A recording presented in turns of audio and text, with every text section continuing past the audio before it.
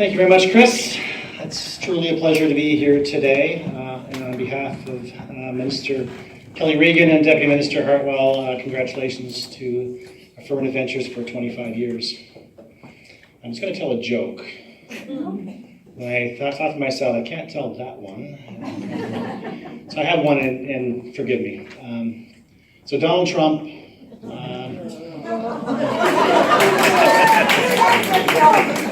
Wait a minute, it's actually pretty short. Donald Trump, Gandhi, and Mother Teresa are at the pearly gates.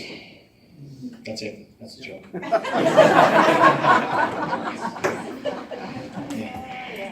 So home, a friend, a job.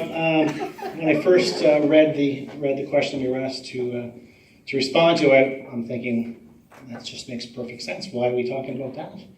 Actually, when I started to think a bit more about it, it actually made perfect sense. At the Department of Community Services, we're going through a full transformation of our programs. And in the Disability Support Program, we're transforming the way in which we provide supports and services.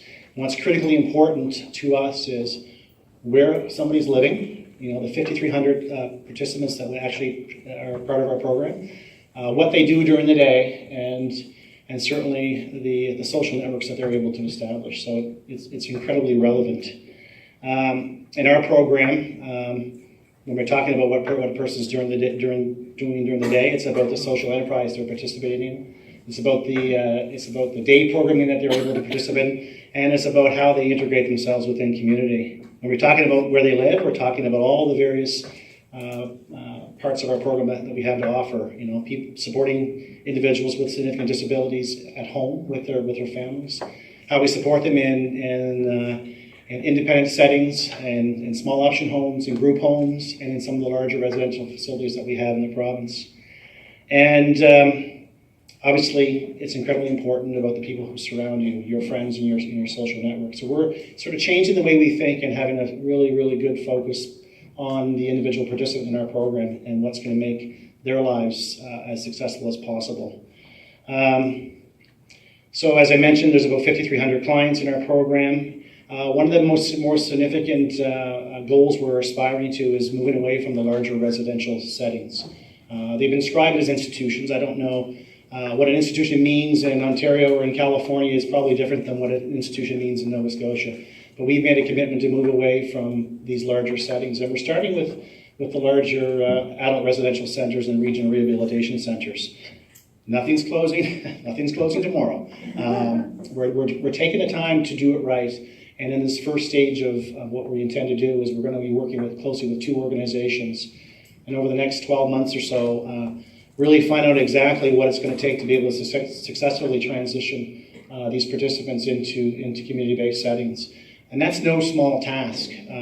One of the most important aspects is, how communities are going to be accepting of these new options, or new small option homes, for example. The notion of NIMBY, not in my backyard, as much as we believe that there are communities that are fully accepting, we're not there yet.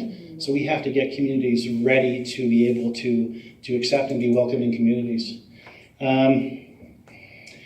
On the notion of how we cooperate and the realization that there are silos in the work that we do, we're trying to knock down those silos. We're working with our health colleagues to help us better understand the supports that people are going to need. Because what we don't want to happen is when an individual transitions from a larger residential setting into community, we want to make sure that they have access to all the supports that they would have had access to or that they need. Mental health services, for example, we know that it's not consistent across the province, so we have to work with our health colleagues to ensure that when individuals do transition to community, that in fact they can do it successfully.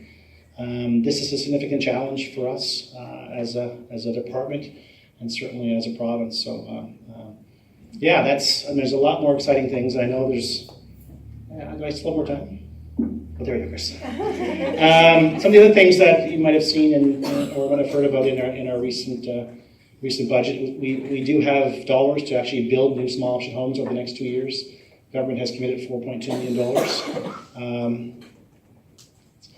We also have $1 million that we're putting towards increasing capacity of day programs across the province, and certainly Affirmative Ventures is probably interested to hear that, as well as certainly our adult day program and adult service center sector folks.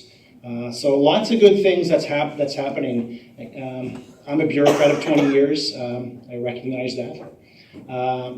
But this government is actually committed to making some significant changes. And I know this government is certainly committed to the path that we're headed.